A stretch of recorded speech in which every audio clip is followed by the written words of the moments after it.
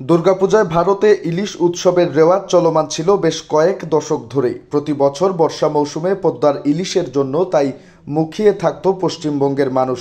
সম্প্রতি সরকার পতনের পর এ ধারাবাহিকতায় ছেদ পড়ে।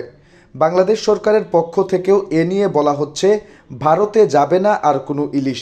এছাড়া ইলিশ পাঠানোর আবদার করে বাংলাদেশকে যে চিঠি দেওয়া হয় সেটিরও কোনো জবাব পায়নি কলকাতা।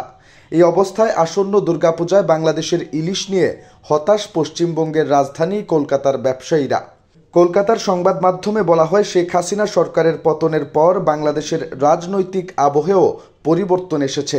বদলেছে ভারত বাংলাদেশের সীমান্ত ভিত্তিক আমদানি রপ্তানির ছবি। প্রতি বছর পূজার সময় ইলিশ আসে বাংলাদেশ থেকে। উপহার হিসেবেই বাংলাদেশ থেকে ইলিশ যেত ভারতে। ফিশ ইম্পোর্টার্স অ্যাসোসিয়েশনের পক্ষ থেকে জানানো হয়েছে, পদ্মার ইলিশ এবার আদৌ আসবে কিনা তা নিয়ে সন্দেহ রয়েছে। ফলে পদ্মার ইলিশ পাতে নেওয়ার সুযোগ নাও হতে পারে ভেবে হতাশ অনেকেই। এদিকে বাংলাদেশের কিছু অসাধু ব্যক্তি ভারতে ইলিশ পাচারের চেষ্টা করছে। সীমান্তরক্ষী বাহিনী বিজিবির কঠোর অবস্থানে এসব চোরাচালান ভেস্তে যাচ্ছে। শুক্রবার সকালে এক সংবাদ বিজ্ঞপ্তির মাধ্যমে বিজিবির কুমিল্লা সেক্টরের ৬০ ব্যাটালিয়ন জানিয়েছে, অবৈধভাবে ভারত পাচারের সময় কুমিল্লায় ৪৪০ কেজি ইলিশ জব্দ করেছে বর্ডার গার্ড বাংলাদেশ।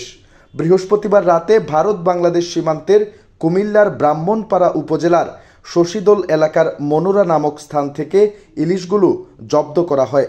এছাড়া সুনামগঞ্জের দোয়ারাবাজার সীমান্ত থেকে ভারত পাচারের সময় ২৭৫ কেজি ইলিশ মাছ আটক করেছে বর্ডার গার্ড বাংলাদেশ।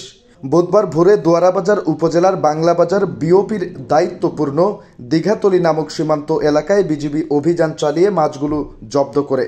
তেমনি আরও কিছু এলাকা থেকে ইলিশ পাচারের চেষ্টার অভিযোগ আসছে।